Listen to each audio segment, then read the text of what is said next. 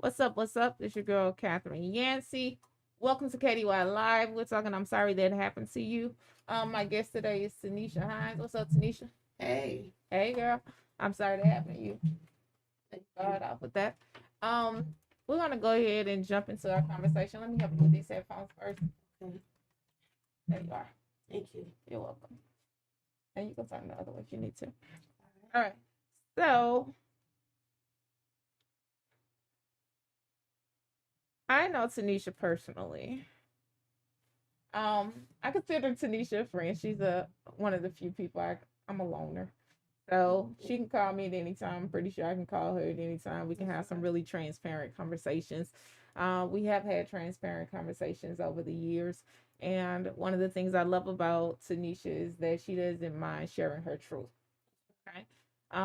It's not it's with the humblest of attitudes where if my truth can help you, then I don't mind sharing it. No matter how drastically off script it may be, because there are many people who probably say that's too much because they can't relate, but there are many people who can relate. And we want to talk to those people so they don't think that they are alone, because that's an issue that many people come across when it comes to sharing their truth.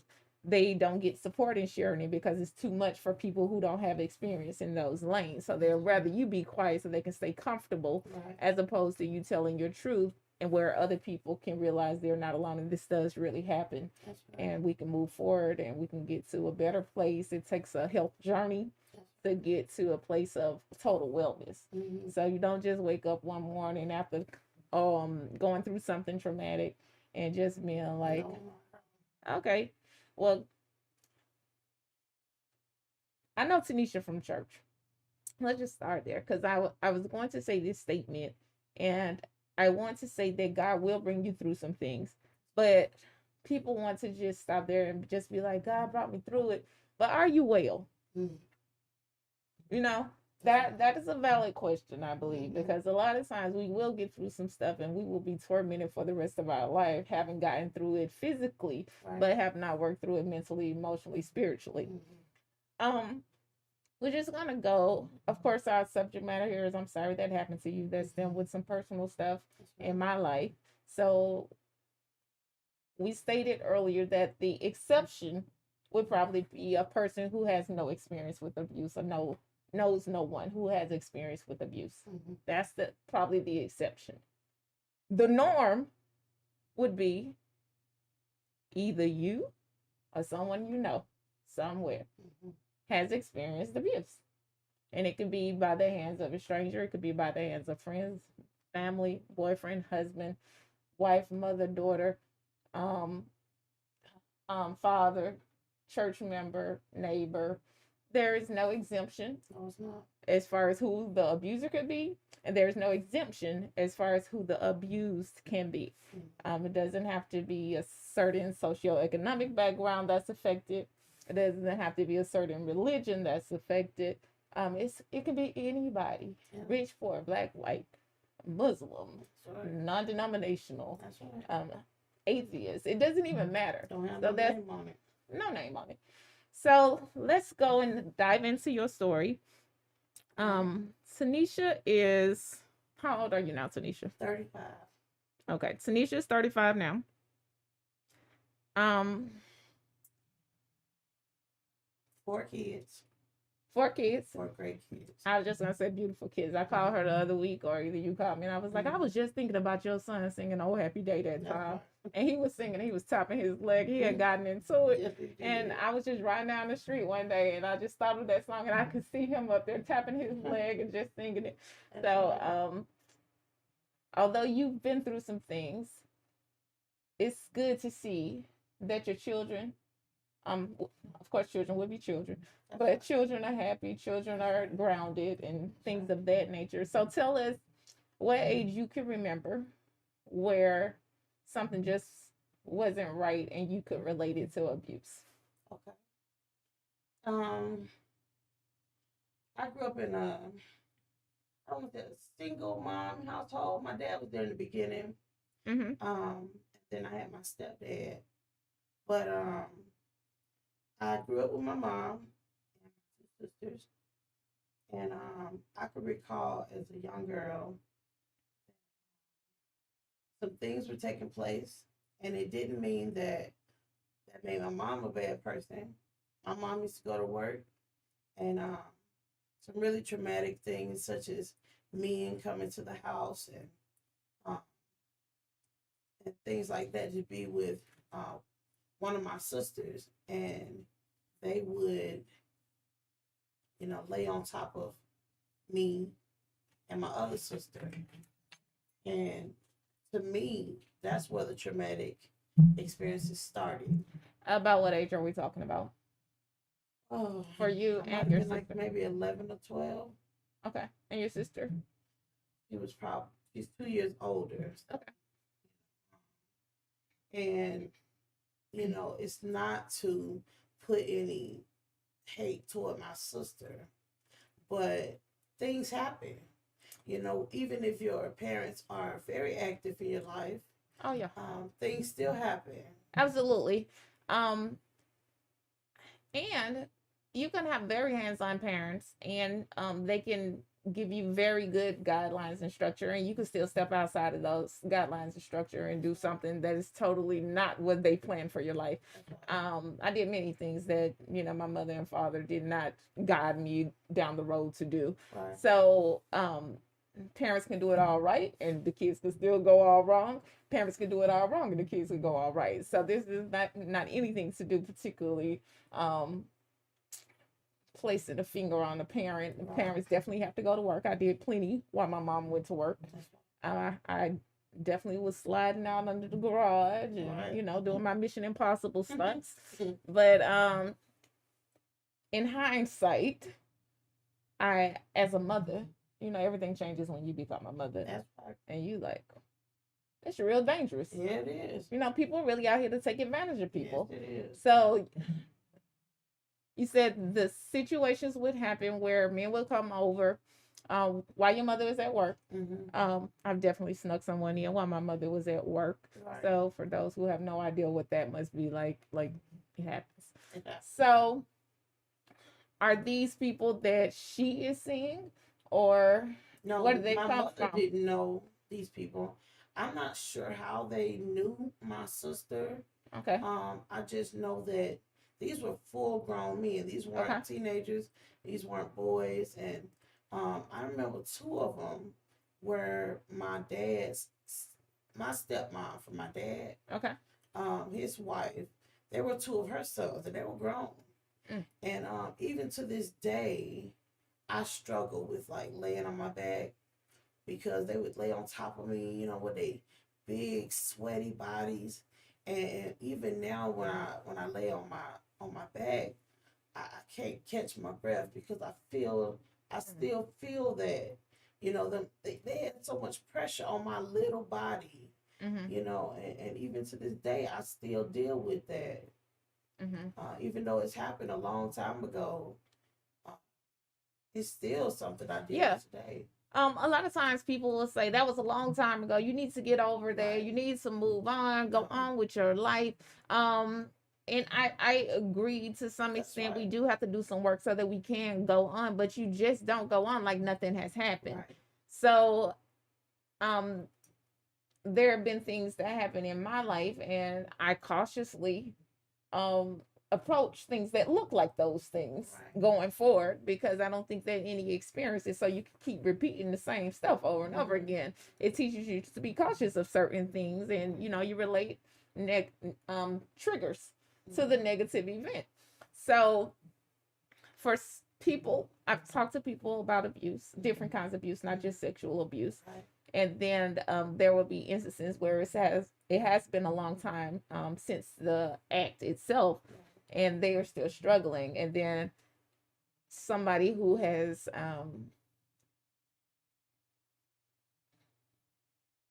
who could be negatively connected to the act, not necessarily the perpetrator who did it, like they had some knowledge of some sort. They're like, just move on.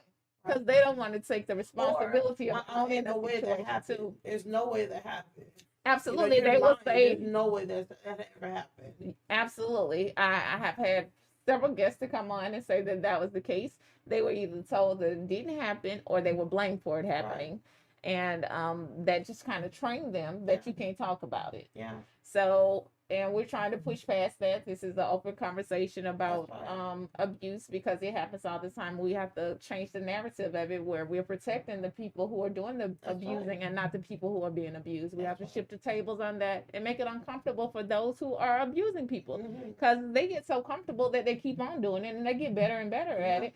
And they're going to live their life in the abuseful nature of Right. it Right. and impose that abuse on others who are stagnant in their life because they can't go past whatever they keep having to Yeah. relive Yeah. because that person is still out in their face and in their That's home right. sometimes That's because right. nobody, the responsible adult, won't do anything about protecting the person who has been violated. And that is very unfortunate. So we have the situation where now you remember stuff from when you were 12 and you're how old again now? 35. 35. And it affects you now at 35. I would assume that it affects you relationship wise. Oh yeah. Um, Same thing. I mean, and later, different times in my life, I've been molested and raped, and because of those things, all of those affect me. A lot of the times it was strangers. Well, Um, let's just, you said a lot of times, let's go back to whatever the main times are that you can remember. So I assume it started off with molestation. hmm Okay, so let's talk about it. and it went from there Well, to what age were you? about 12. So around the same age that you're having the experience with people starting to be on you that you don't know and it's hmm inappropriate and Right. they're grown and you're a child. Right. Okay, so then we go from that to molestation. Is this with the same men or different men? Um, I would consider that Different. molestation as well. Right. Different. Because even family members, some of my uncles who Mm-hmm. were our ages, Mm-hmm. growing up with us, things would happen with them in the house. My mom, tried to be such a great mom and take in her sister and her brothers, Mm-hmm. and they were living with three girls. Mm-hmm. So things were taking place even then, Mm-hmm. and I wanted to. It's like always being called a liar, and eventually you get in trouble if you do So tell you the were truth. getting in trouble for telling Yeah, that you were being touched. yeah, and it was What would like you say? I would talk to my mom and tell my mom, things are taking place while she's not at home, Mm-hmm. and my sisters would say, "Oh no," Oh, and your my sisters would come against you. yeah, And they and knew that it was going on. yeah, It was going on with them as well. that's right. Mm-hmm. And I guess that they didn't even then they didn't really want to face the truth, so they lied. Um, and I think some of it too is that we know when things are wrong. We naturally our nature tells us something is right and something is wrong, even Right. if we don't know exactly the division between the That's right and right. the wrong. That's right. But I think that sometimes our body is flesh, and flesh likes to feel It does. certain things. It does. And once you get um, A taste to exposed, that, right? exactly, then you may not necessarily see it as Right. abuse because you like it. That Right. does not mean it is not abuse Yeah. because you've grown to have a taste for it, as you say, because you've Right. been introduced to it. So, and you develop bonds if Mm-hmm. there's anything sexual happening with a person, Right. you do develop some kind of connection, whether if you're trying to or not trying to, Mm-hmm. where which may make you some people Right. want to protect that person in a sense, Right. and it's stimulating. Mm-hmm. Okay, so you are told that it's not true. Well, they say it's not true. Who tells you it's not true? Because you said it's true. You're right. My mom would mostly tell me that it's not true. Um, and she was just banking off the fact that everybody else said it didn't happen. Mm-hmm. Because, risk of getting into trouble. There's no way we're going to tell her this is happening because we're going to get in trouble. But it was affecting me Mm-hmm. because this was something that was happening, not just sometimes, All the time. but every day. Mm-hmm. You know, it would even be times when my mother was there. I'm sorry. Take your time. There would even be times, like I say, it still bothers me. Mm-hmm. There would be times that my mother would be there, and we'd be like in the hall or in the very next room, and there was no actual penetration, Right. but there was a lot of laying on us, touching on us, humping on us, just things that were very inappropriate Mm-hmm. to be happening, to a child. And even though they were children themselves, Mm-hmm. it was still happening. And Absolutely.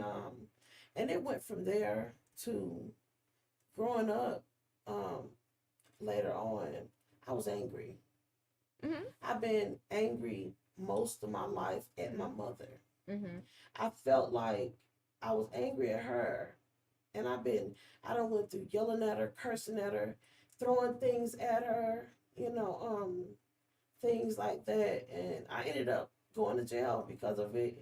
But it got so bad that if I didn't deal with it, deal with the root, Mm-hmm. so you can see there's a surface that people mostly see, Right. but you got to get all the way down into the root of the Yeah. problem. Where did this start? Exactly. We have to lift up that rug and get all that little Sweep nasty all stuff that from sweep and under sweeping there under there. That's and right. deal with it. That's right. Um, so I believe you.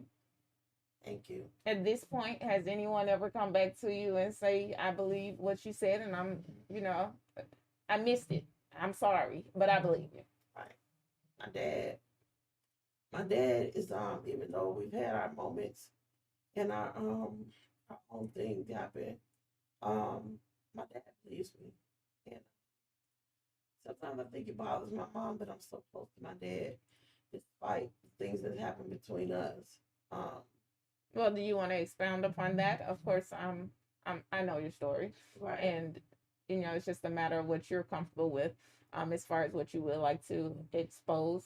Well, that's a touchy one. That's a touchy subject. Um, but I did have, well, that goes into the whole drug thing of how that. We're here to talk about it. We're putting it all on the That's right. table. A lot of times, first off, thank you for your transparency. This real right now.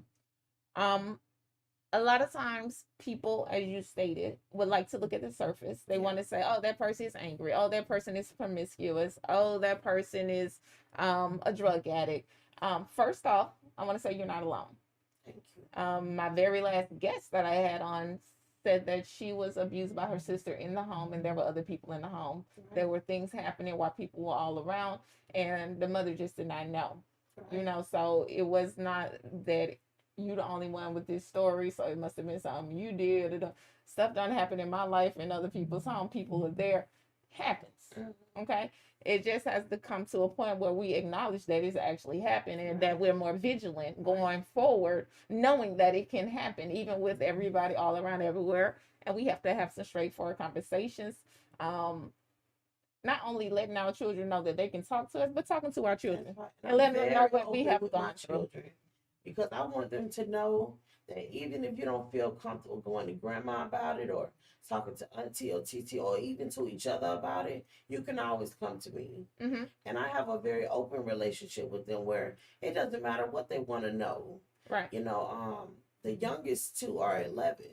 And so they're at an age where now their curiosity absolutely is taking place. Mm-hmm. It's natural that you're at that age. Mm-hmm. And it is. It's a transitional point in life. That's right. Okay, go ahead though. And you know what? When I also think about things, and this one is something that I have told to another parent, mm-hmm. and they were kind of shocked about it. The fact that I had inappropriate molestation as well with church members. Mm-hmm. Oh, absolutely. Talk about it, because people like to say that brother or sister, right. And I say sister too, is safe. Just because they have a title, just because they are a member of a congregation somewhere. Everybody is human. That's right. Everybody is subjected to have flaws. Everybody has something in their life that they have to work at to keep in submission. That's right. Everybody does. Now, not maybe everybody does. Everybody does. Yeah. Because that's what life is about, learning to discipline yourself. Right. And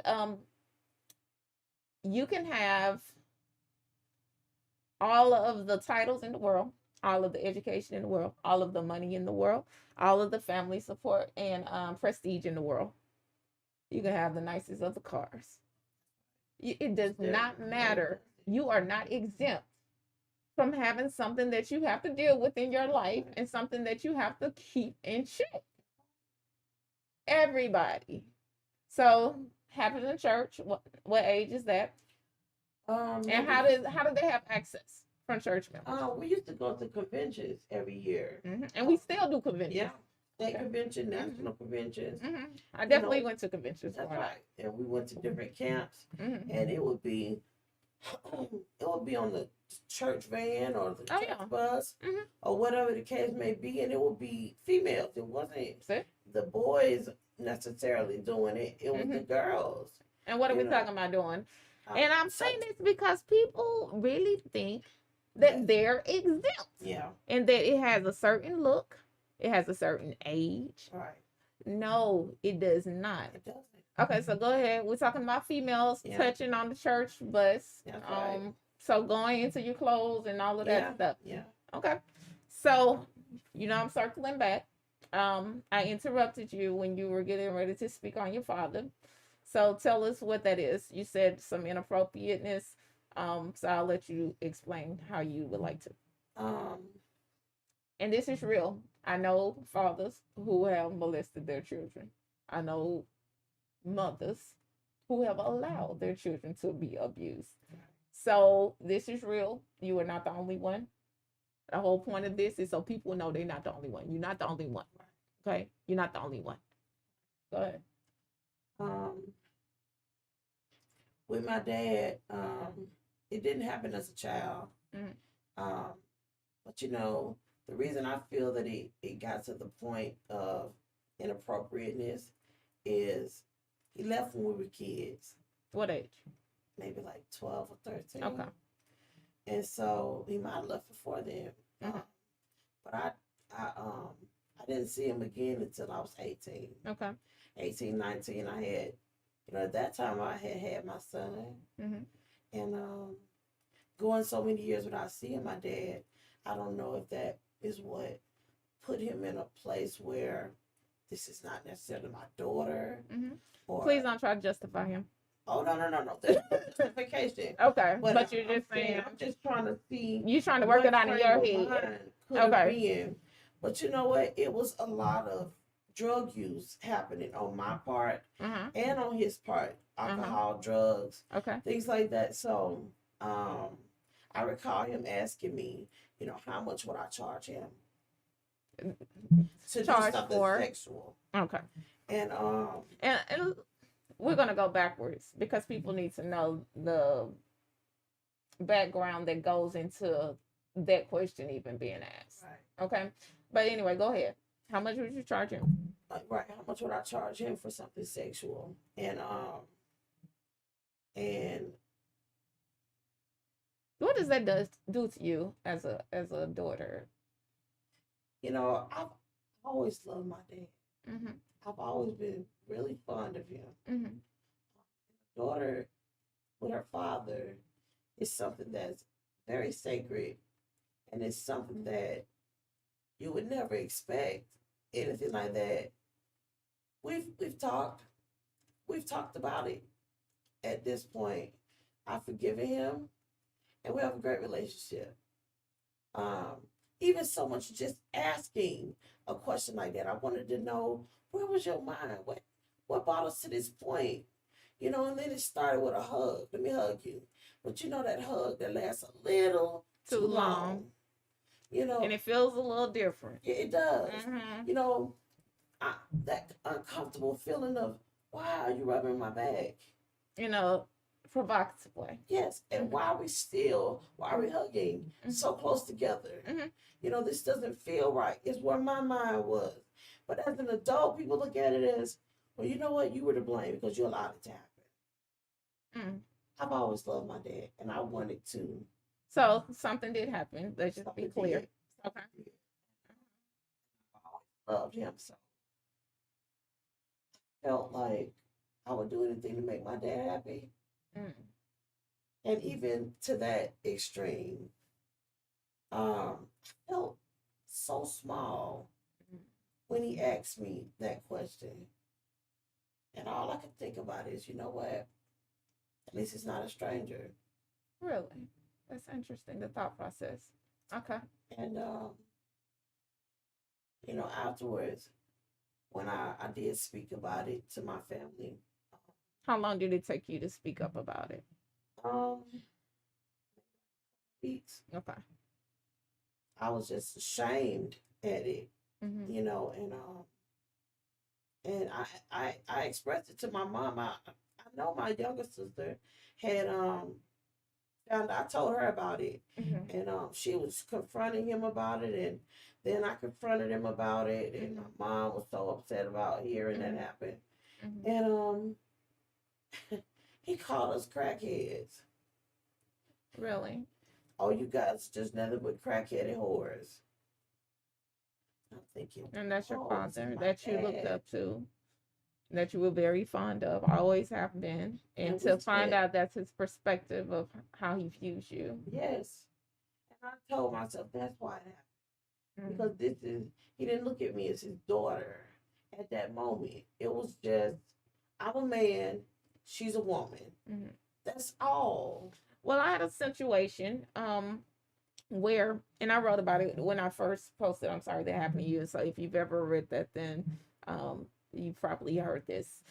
Where I had a favorite uncle, and he was a truck driver, and he asked could he spend the night at my home. Um, I had already had my child by then, and I was living with a roommate. My roommate had a company that same night, and so the sofa was taken. And I was like, "Yeah, you can just sleep on the other side of my bed. You know, my roommate has company, not an issue." Right. So he comes, favorite uncle all my life, comes and put his leg over me in the middle of the night, like the do me Right. position. Right. And I'm like, yo, no. So I get it. Like Mhm. totally unexpected. Yeah. Would not have thought in a million years Yeah. that he would put himself in that kind of position with Right. me, or think that I would be interested in that kind of situation, even. But it was a transactional thing where I would think he was like, well, it's just a woman and I'm a man. Right. And no, that is wrong. And I'm sorry that happened to you. That is very mentally, I would think traumatic. Yeah. Um, so why does he call you a crackhead whore though? Let's get to the background that I was talking about. Okay. You said you were angry. You based that's the foundation there. We're That's right. angry. We've had some situations going on with some molestation and some sexual encounters at this point. We're just angry. And I was an angry teenager. I was homicidal and suicidal. Me too. So I was in a very dark place, very young. So That's people right. don't think that just because your child has food and clothing, you say you got everything you need, that they ain't going through something. That's Whatever they're right. going And it through is don't matter valid to how them. young they are. You never know Absolutely. what is going on. Kids have feelings too. They Yep. go through emotions too. And they're human. Absolutely. I know from being disturbed as a child that children are disturbed. That's right. So not all children, but we don't know how many. Right. It may be yours. It may not. And Don't act like it can't be yours though is the point. Okay. something I wanted to say about that is people think that oh, they kids do things. And excuse they it. are right. Mm-hmm. It ain't gonna happen again because such and such. Oh no, that wouldn't happen with me. They wouldn't do that around me. That Mm-hmm. kind of thing. And you never know. Like one of my sons, I'm very concerned about right now, um, emotionally, mentally. Mm-hmm. I've been seeing that lately. He's been staring off Mm-hmm. and having this face that I say, baby, it's okay. And they've been with my mom. They've been with my mom for 7 years. Mm-hmm. And I love your mom. And everybody I who's love heard my my mom. story That's knows right. that your mom used to watch my child for me That's right. when she was a baby for some months old. Um, I love your mom. That's And, right. And my and I kids, don't think that her intentions would ever be no, to harm no, someone and put somebody in no, harm's way. not. I think that's ever I the don't intention. believe that either. Okay. So she's a really great person, Mm-hmm. and she has my children. Due to me, I guess getting to the point where she was just fed up and just couldn't take me living with her anymore. But she did take in the kids. Oh, excuse me. And to go back to that, after so many years, couple years, I guess. Um, After that had happened with the whole molestation and everything, Mm-hmm. my best friend in the world was my grandmother. Mm-hmm. I was crazy about my grandmother, my mom's mom, Mm-hmm. and my grandmother, due to drug addiction, Mm-hmm. Sorry to hear that. and I think I was about 14 or 15, Mm-hmm. and my whole world turned upside down. Mm-hmm. She died September 11, 2001, the same day as the terrorist attack. Mm-hmm. So that's a date that they play on the news every year. Mm-hmm. Like, geez, can we just stop bringing it? Mm-hmm. Then it's 911. Mm-hmm. So I'm seeing a number everywhere. So Mm-hmm. even when I thought I've grieved enough about my grandmother, I still Mm-hmm. grieve now. Mm-hmm. And that's where my life turned upside down. Mm-hmm. Meaning So what? it was one thing to be mad at my mom for what happened. It's another thing to be completely angry about the whole situation with my grandmother. But I really didn't like my mom at that point. Mm-hmm. I just felt like, you know what? I don't like you. I don't want to deal with you. I would say such hurtful things I can relate to all of that. to my Keep mom. on. Mm-hmm. And it ended up uh coming to a point where I ended up having to go to jail. Mm-hmm. Because I should have went to jail. yeah, Mm-hmm. I ended up mental institutions, everything after my grandmother died. But I ended up throwing something at my mom. Um, to be honest, it was a can of string beans. I remember throwing all this stuff that I found upstairs to keep her from coming after me. She was coming upstairs after me, and I'm throwing stuff and throwing stuff, and the can hit her in her head. Mm-hmm. As a daughter, I felt that pain, Mm-hmm. and I went to step down a few stairs, like, "Mama, you okay?" And my younger sister came after me, and before you know it, the police were being called. They were taking me outside in front of my children. Mm-hmm. How old were you? Um, this happened in 2011, Mm-hmm. November 2011. Okay, so 25. Mm-hmm. 35. Mm-hmm. So it was just I don't know. I mean, when I got in the car, they told me we're taking you in because we heard you beat your mother with a hammer. Girl, I can so relate to everything you're saying. Like, I'm Um, just fortunate enough that I didn't injure my mom. And Permanently. But we don't know what kind of damage emotional and mentally. Yeah. that's right, Yeah. that it did. Mm-hmm. But I was so mad Mm-hmm. when my sister came out to the car. I said, "Tell these people the truth.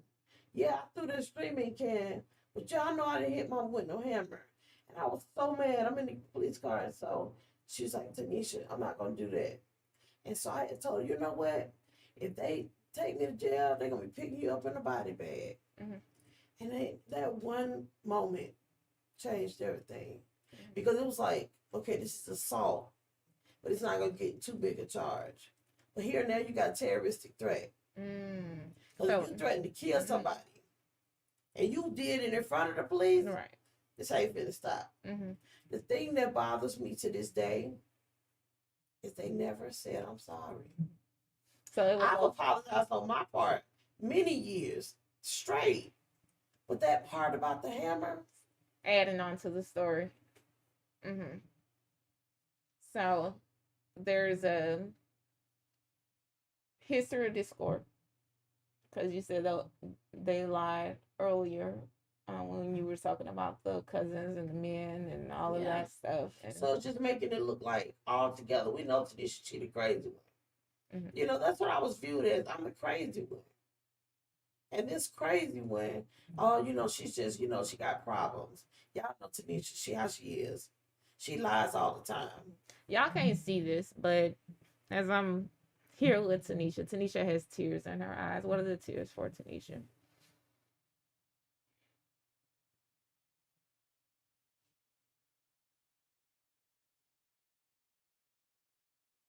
Why?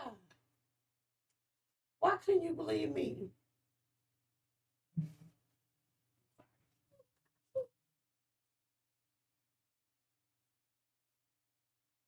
I believe you.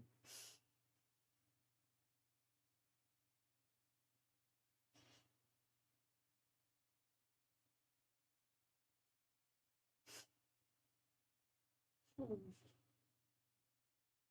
Take your time. As you can see, I'm still very upset about it. I currently do therapy once a week with my case manager. I do therapy with another therapist every 2 weeks, and I have a psychiatrist that I see once a month. Mm-hmm. And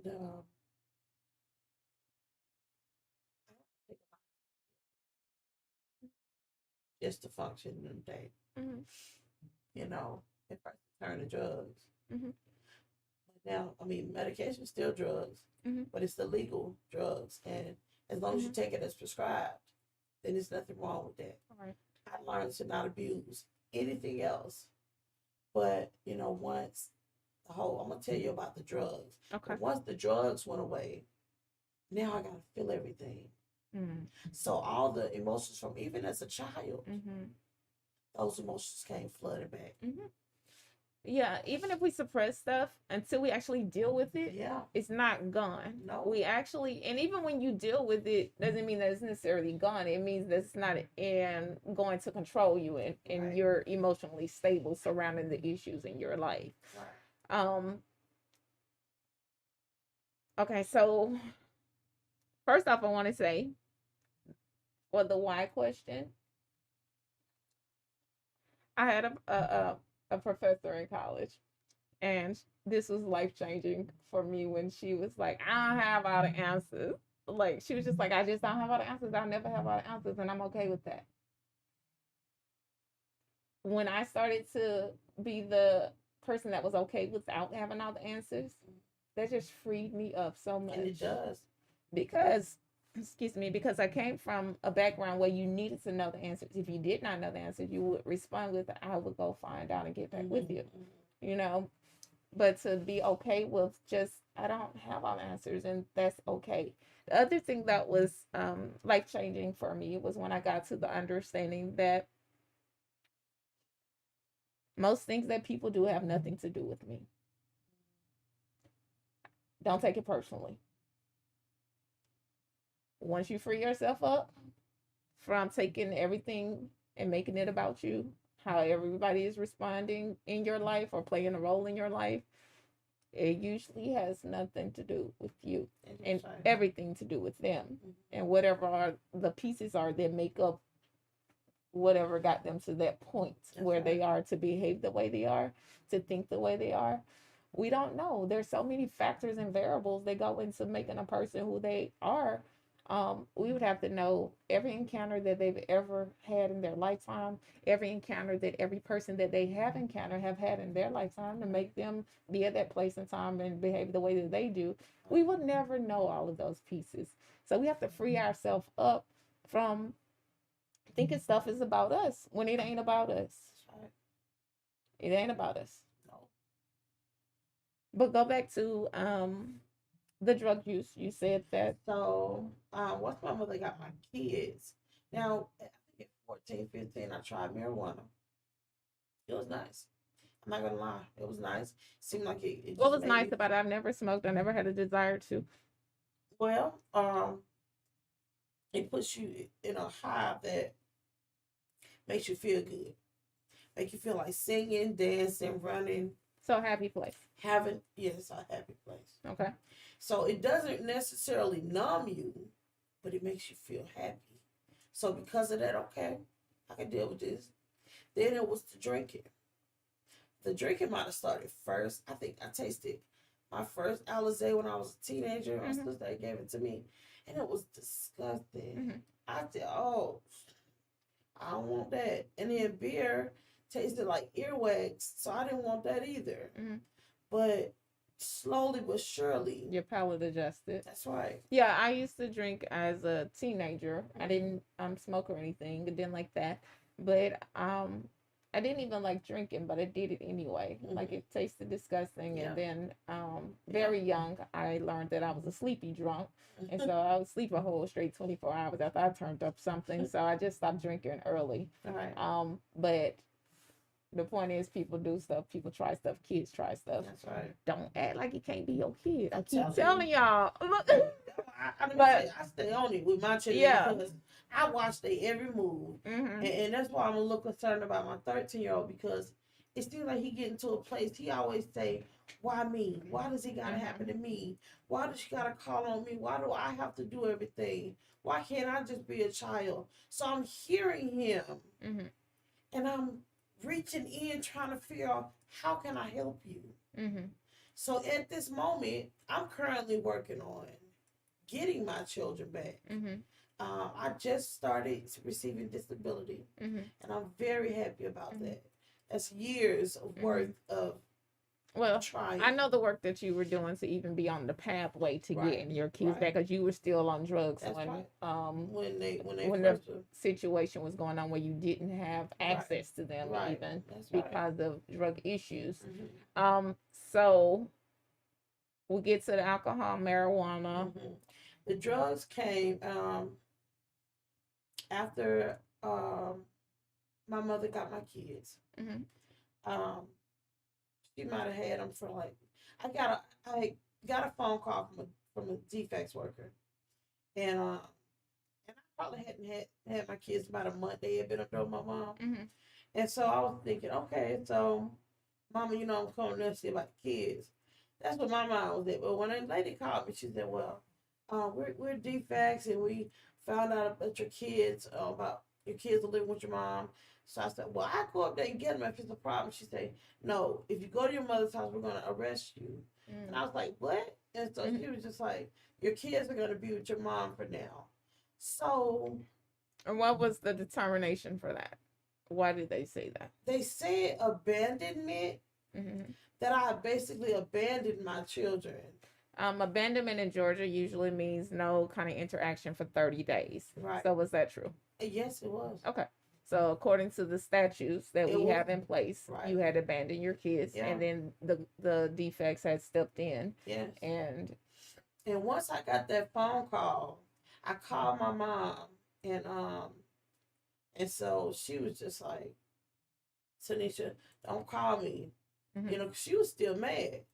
Mad about what? Because like I said, I did a lot.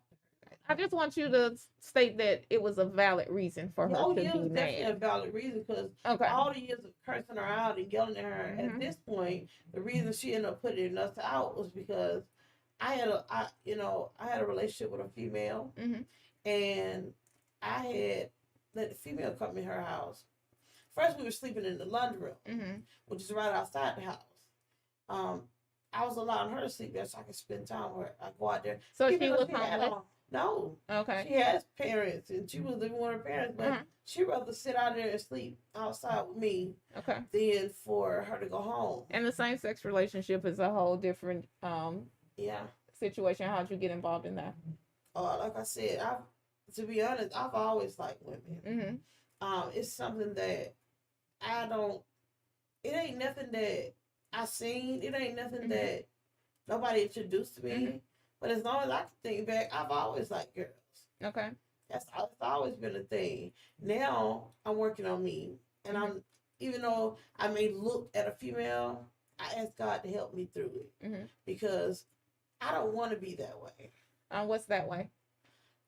Being gay, okay, or bisexual.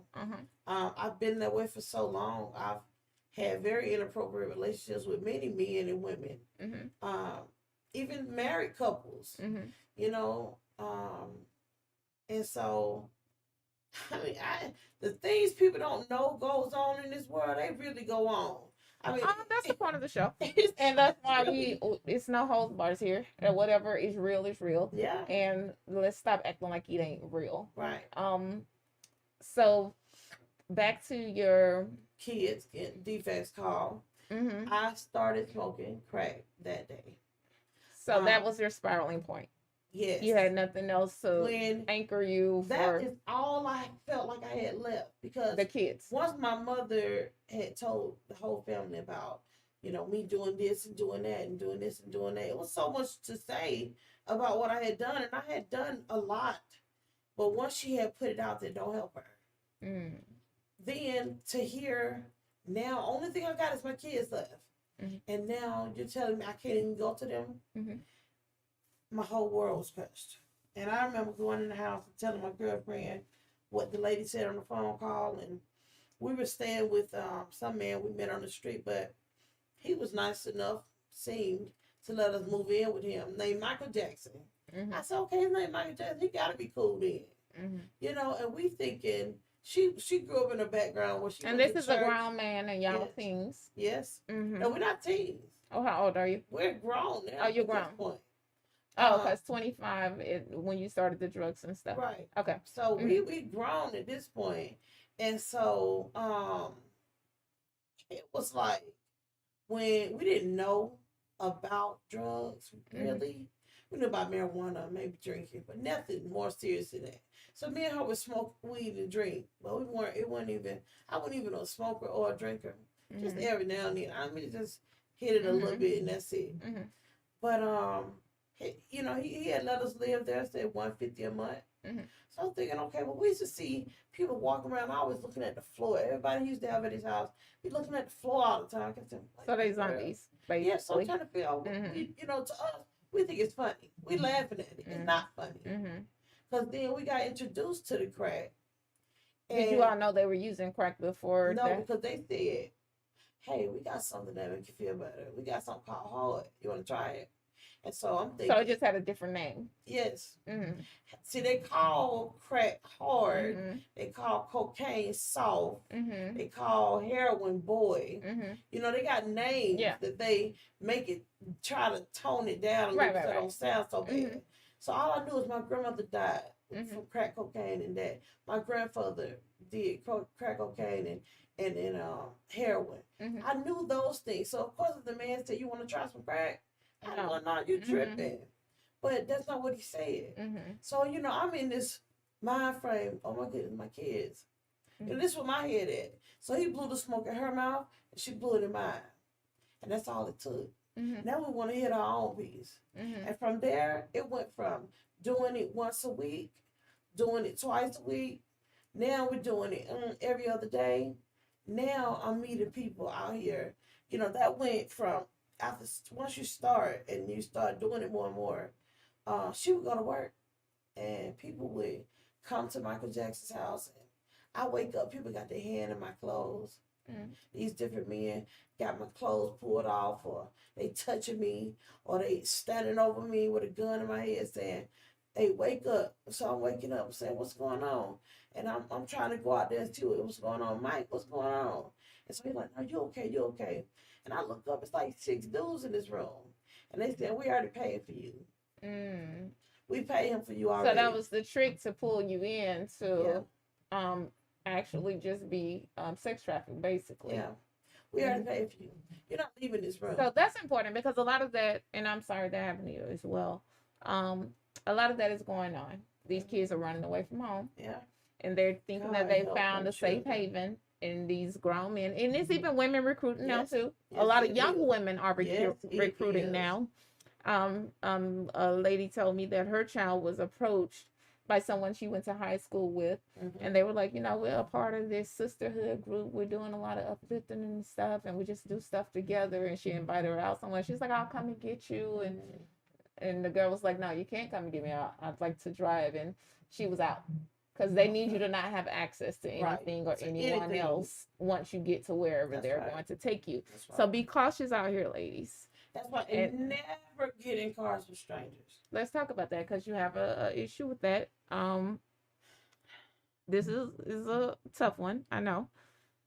Okay, so let's talk about not getting in the car with strangers. I'm always surprised when I walk down the street. I just like to take walks or whatever, and somebody will pull over and ask me, "Do I need a ride?" I'm like, people still getting in cars. Yeah, Like they are. people still get. I got in the car when I was maybe 14, 15, cutting school. This guy took me to his house. He told me he did nails at Greenbrier and he was gonna take me and do my nails or whatever. I was like, oh, okay. You know, young and dumb. Yeah. He takes me to his house. I know it's a uh-oh moment. Mm-hmm. Uh-oh. I don't know how I'm gonna get out of here. So, and grown man, Mm-hmm. he I'm sitting on the couch and he sits on the floor. He starts rubbing my feet and stuff. It's real creepy. Mm-hmm. And then he pulls his penis out and his penis is all in my toes and stuff. It's nasty, creepy, Yeah. right? But I have to act like nothing is wrong because my instinct's telling me this is the only way you getting out of here if you act like ain't nothing wrong. Mm-hmm. So That's right. that ended up working. He ended up letting me leave. And I just remember booking out of there when I got out of there. Because I didn't have to be let out. So, don't get in the cars with strangers. Don't. That was like a few decades ago. And I'm sure it's much worse now. Yeah. So this sex trafficking thing is real. Yes, it is. It is real. Yes, it is. A officer, a friend of mine is a firefighter, and he has officer friends, and he was like, "Yo, my officer friend really had to go and unchain a child from a bed." Child. So, and it was a little boy. Jeez. So, this is real out here. Please Yes, it understand. Watch who your children are talking to online. These games that they in all these Yes. rooms talking to everybody Yes. with. The games nowadays, you got to be careful. See, I got on a game with my kids called Advocate Life. It was a pretty cool game. I'm saying, okay, we got our own places. You know, we can meet up at a party and dance on the game and everything. They can come to your house. You can invite all these different people. But I happened to be checking my daughter's game one day, and I was just looking through. I was trying to add her a house or something from my page, and I said, you know, I saw this message said, "Hey, baby." I said, "What is this?" I click on it, and it pops up all these messages where they like, "Hey, baby," and "Hey, honey," and she's saying it back, "Well, hey, baby," and so when I saw this, not only did I delete every last one of them, I got on her so bad. I told her, "Listen, this is not a game. This is, I know you're playing a game, but baby, talking to people on these games, it's not going to happen." And I told her, if it happens again, I'm taking, you getting off the game altogether. Yeah, and the social media access is crazy out here. Like, okay, so let's tell people why not to get in cars. Obviously, I have my reason for telling people not to get in cars. Right. Like, it's real. Well, see, at first I used to get in cars with men because after staying there and getting, this happened to me all the time. I moved. You mean the sexual situations where you were forced to have sex and it was in exchange, probably for your stay and for your drug habit? Right. I would assume. Am I assuming correctly? Not necessarily. How did you pay for your drugs? Oh, they just gave it to me. That's what I'm saying. That was your exchange. Oh, right. Yeah, they would say, "Oh, yeah, here you go." And on the days that they would be there doing these things, the guys that are coming in, different guys. And what kind of guys are these? Because people think like it can only be a certain type of guy. A nasty guy gonna do this. Right. But what kind of guys you talking about? To be honest, I have nothing against black men. But these were all black men. I know of professionals. Let's just say it that way. And we're talking black men as well. And I know other races too, and I'm sure that it exists with them too. But there was a situation where I was in a car full of friends who were professionals, and we happened to go past a person who was on the street, obviously. And they were like, "Oh, we're going back once we drop you off." And these are people who are CEOs, successful places, well educated, nicely groomed, have children, have families, fiancés, girlfriends, I did wives. back page at one point. Uh, So uh, trust me, these was all people very professional. okay. Come in, take their wedding rings off. Some of them didn't even take the wedding ring Exactly. off. You know, these different men back and forth. Uh-huh. It's like once this started as a kid, your whole mind frame could be different. And I said that too. Go ahead. What you about to say? If people gonna take advantage of me and ain't nobody doing nothing about it, why not do it for some money? That's what my brain went to. And not only that, you become more sexually free Mm-hmm. at a younger age because you've been exposed to X at a younger age, and you're just comfortable because it's not new for you. Right. It's you develop some sense of normalcy with it, and it's just okay. It happens, you know. Right. I'm good, you know. So you don't really think of it after being it being a consistent thing in your life as a Right. problem. Right. But it stems from a problem, which That's right. makes it a And problem. as a kid, So you're being when your parents are saying, well, you know what, I keep my daughter away from this, or I keep my son away from this. You gotta be careful.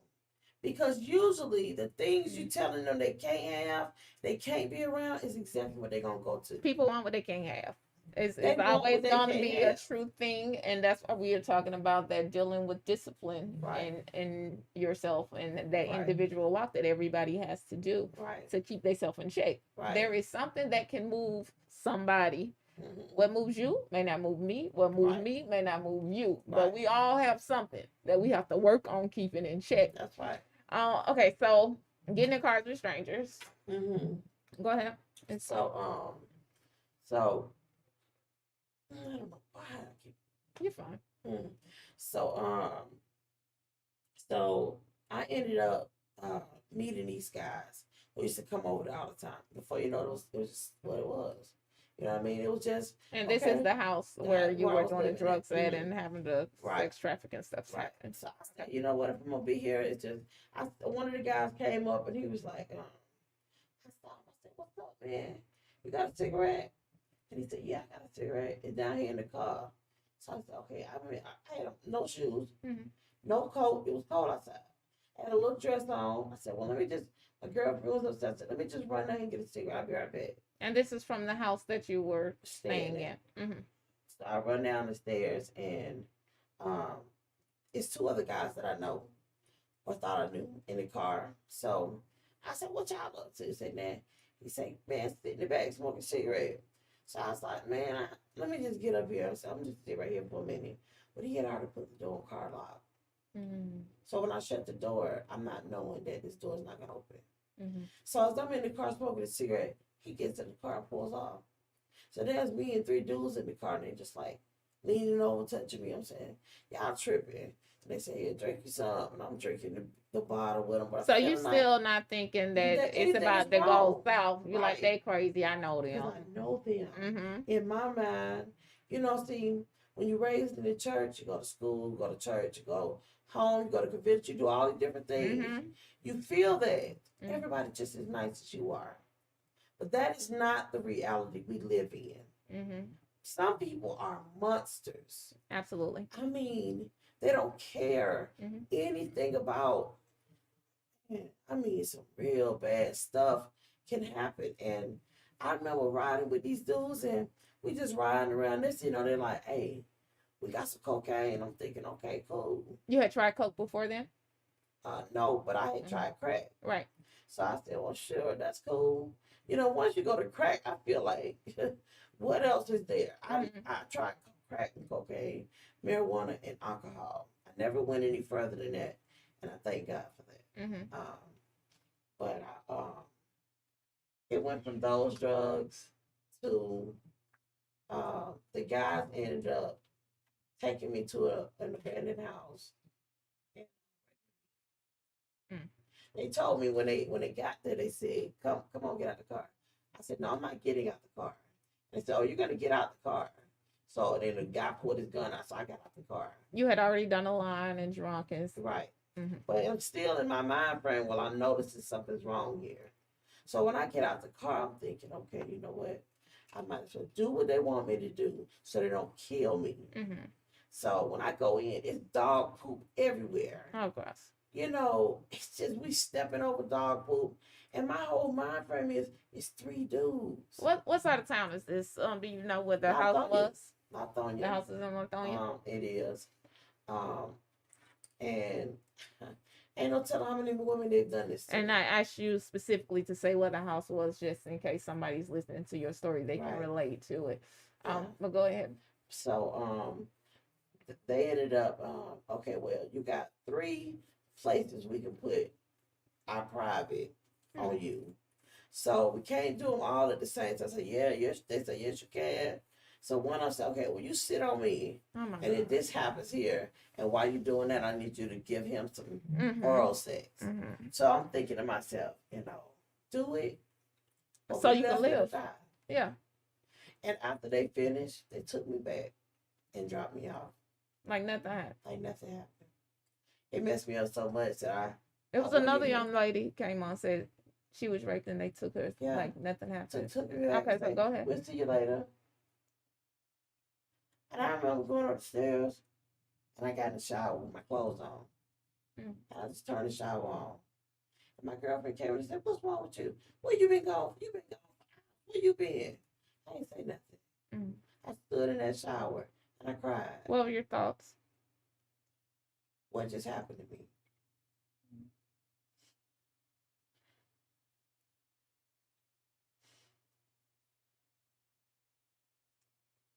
I thought they were my friends. Did you think to report it? I told the people that I live with, and that one of the dope men, they told him, and he was like, "Don't worry, it's gonna be street justice. We'll handle it." Did you ever see the guys again? Yeah. They came to a party that the guy had at his house. All three of them was there. And I just said it to everybody. It was like 50 of us in the house. And what did you say? The guy came up on me like touching me. I said, don't touch me. You just raped me. And you gonna touch me? And everybody looking on us. They was like, what? I was like, yeah, him too, and him too. And some people was like, hey man, that ain't cool, man. And they grabbing them and telling them they gotta go. Y'all gotta go. Did y'all really do this to this girl? So, one of the girls and I'm like, she a liar. Ain't no way they did that to her. And so one of the guys spoke up. One of them. He said, yeah, man, we did. And so she was like, what? Why y'all do that to that girl? So the man that stayed there said, y'all gotta go. I'm sorry. Matter of fact, everybody leave. Because I didn't feel comfortable anyways to be in there. And but you have nowhere to go. Is the reason why you stay? I ended up leaving. I ended up going to stay with my sister where she did cocaine. So now we don't. You were already introduced to cocaine. So now, hey, why not? No crack, just cocaine this time. Now I'm seeing what cocaine really do because she's doing this on the regular. So I'm saying, okay, this cocaine ain't bad. But her roommate said, hey, let me show you how to cook this up on a spoon. So she cooked it up and give her this pipe. She said, yeah, now try this. So my sister like, whoa, what is that? So they call it freebasing or something like that. When you do it, cook it up on a spoon, and that's crack. It turns into crack. Absolutely. So she tried that, and then that's we like, okay, well let me take you to a place where we do the crack, the actual rock, and it went from learning how to do this. Now we moving on to crack. Now I'm smoking with my sister. I'm doing cocaine with my sister. I'm drinking with my sister. It's my baby sister. And to this day, she's still out there. And I hate it. Because the hardest thing I had to do, in order for me to get clean and be free, I had to leave her. So that's the thing, too. I was going to ask you where you are. Yes. I'm in a great place right now. I do have to see these different therapists and take my medicine and everything, but I've developed a very strong relationship with God, and that changed my life. I get to see my kids anytime I want to. Even though my mother has custody, I get to see them anytime I want to. And once I finally do find house, I did everything that defects wanted me to do except for housing. And I don't know if I can find housing on my income, but I'm gonna trust God. That God gonna do what He does to help me get what I need so that I can get my kids back. I want it more than anything, but I want that relationship with God first. Let me just be obedient and do what He tell me to do, and everything else I can get. Hmm. And you're talking about your relationship with God. Of Mm-hmm. course, I know you from church, but oh, Emotionally, mentally wise, where um, the last thing that happened to me, I was raped by a stranger mhm. who pulled up in a car and asked me, And this is an additional rate yeah, than the one that was it's with the another one. multiple people. Yes. And he asked me, where you going? I said, well, I'm going to Panhandle over here at the gas station. He said, well, what you trying to get? I don't know, like $25 or something. Just to let him feel like, okay, if you And gonna where are let you me, living at this time? Why are you panhandling? well, because I did not want to sell my body anymore. Okay. So it had been So close you're to a trying to year. transition. Yeah, it Mm-hmm. had been close to a year since I been sleeping around. I had one dude that I was living with, and I was only sleeping with him. Mm-hmm. And this the time he didn't walk with me to the store Mm-hmm. because he told me, "Listen, enough is enough." But see, once you hit one piece of crack, you just want more and more. Mm-hmm. So I said, "Well, I can't lay down. I'm gonna go up here to the gas station." Mm-hmm. And I tried to go up to the gas station. The guy said, "Well, I'll get a ride over there." So I jump in the car once again, get in the car with a stranger. I told him the guy, he's so laid back, he's so cool. He said, you want something at the store? I'm like, no. He's like, well, I'll give you the $25. Let me just run in here right quick. So he run in. I'm sitting in the back seat. And I'm thinking, okay, cool, this cool. I'm in the seat right behind him. Mm-hmm. So he like, okay, let me just pull down the street right quick. And I got your little mama. And I'm thinking, okay. We pull down the street. What kind of car? He had a blue four-door car, Mm-hmm. and he What was a part of black town? man with dreads, off Chuck Road Mm-hmm. in Lithonia. Mm-hmm. And so it was a warehouse. It's still there, Mm-hmm. but now they done tore down everything that was behind it. Mm-hmm. So they building stuff. So I'm really glad about it. Mm-hmm. But he took me behind this warehouse and gets out the car and holds a gun to my head, Mm-hmm. and he raped me orally, vaginally, and anally. Mm-hmm. And Sorry. anal sex is something I just didn't do. Mm-hmm. And so it caused me to have a bowel movement on myself. And so when he was done, he was just like, what? You crapped on me? And so he took it, he wiped it all on my face, on my clothes. Just, Oh, I'm so sorry. My mouth is like wide open underneath this mask. I'm so sorry. but he gave me the $25 after he raped me. He threw it on me. Then you going to pull your clothes up. Then turn around and get gone because if somebody had pulled on the side of the building, he like go that way and just walk. Go just keep walking. So he said, don't turn around. So people would ask me, why you didn't run? What am I running for now? What happened is happened now. Mm-hmm. You want to see me running so he can shoot me in my back? Mm-hmm. So I said, no, I'm gonna walk like he told me to do. And eventually he sped on past me. I went up there and I went to the dope man house and got some dope. You would think that would tell you no, that's it. Mm-hmm. I went and got that dope and I said, I'm definitely finna smoke the dope now. I ended up going to go to the hospital after I smoked. And the detectives got involved and they caught him 3 days later. Mm-hmm. But then he stayed in jail like a month and they gave him a $75,000 bond. He bonded right out. Mm-hmm. So to this day, they got a bench warrant on him because he Mm-hmm. never went to court, and they still looking for him. Oh wow. What was his name? Terry Forrester. Mm-hmm. They still looking for him. Mm-hmm. And this is a black man with dreads that lives in Lithonia, off Hillendale. Wow. But to this point, um, God is pulling me. God is keeping me in perfect peace. Mm-hmm. And I wanted to touch on something you said, and this will be the last thing. Okay. One, how was your relationship with your father? And well, I guess a couple of things. And two, you mentioned that you were moving away from same sex relationships. However, your abuse didn't determine you going into them. A lot Right. of people say that the only way you Right. go into those If you're, relationships if you are abused. it's not the truth. Mm-hmm. People want to know why. Well, why are people gay? They couldn't have been born that way. Let me tell you something.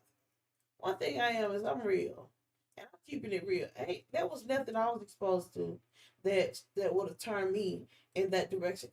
I don't know if I was born this way, but I had to have been because my mind frame coming out. This little girl is pretty. I used to always look at them. They so pretty. In my class, I always tell them, "You look so pretty." I didn't know it was going to develop into an actual, thing that I'm doing for real, really liking women.